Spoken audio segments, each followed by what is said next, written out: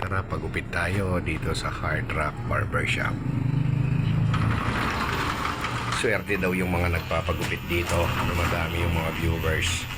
Alam ko dito rin nagpapagupit si Tarame Kenny. Shout out, Sawa. Marami bang nagpapagupit dito? Oo, marami na rin. Yun ang advantage pag nagnenegosyo ka. Diba? Pag maraming customer, maraming kita, hindi fix. Mas maganda yung negosyo talaga kaysa nakikipagtrabaho ka. Yun nga lang, yung mga nagtatrabaho, fix yung income nila. May hinihintay sila tuwing 15 and 30. Tsaka maganda, may bonus sila. Ikaw, ang pinaka-bonus mo yung sipag mo. Siyempre, magsisipag dito eh. Magsisipag ka. Alam mo ba yung bonus na 13 month, dati pala yung buwan, 13 sila talaga.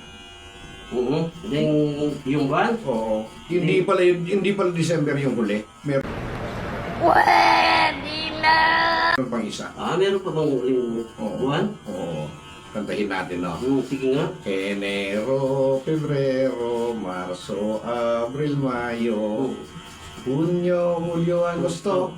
Tapos, Septembre, Oktubre, Nobyembre, Disyembre, Lubi-lubi. Yun ang pang 13 months. Yung lubi-lubi. Lubi-lubi. Kaso ayaw ng mga negosyante. Bakit? Kasi lubi-lubi nga yung pangalan, yung mga negosyo nila, naging lugi-lugi. Nalugi? Oo, kaya pinatanggal yung 13 month, pang 13. Pero in fairness sa mga negosyante, kahit tinanggal na yung lubi-lubi na naging lugi-lugi, binibigay pa rin ang sweldo ng mga empleyado. Kaya may mga 13 month ang mga empleyado. 13 month pay na. Oo, yun ang kwento nila. Gago! Oo, at least alam na nila ngayon, di ba? Oo, sa mga natin, followers, now you know, bakit meron kayong 13 month. Lubi-lubi.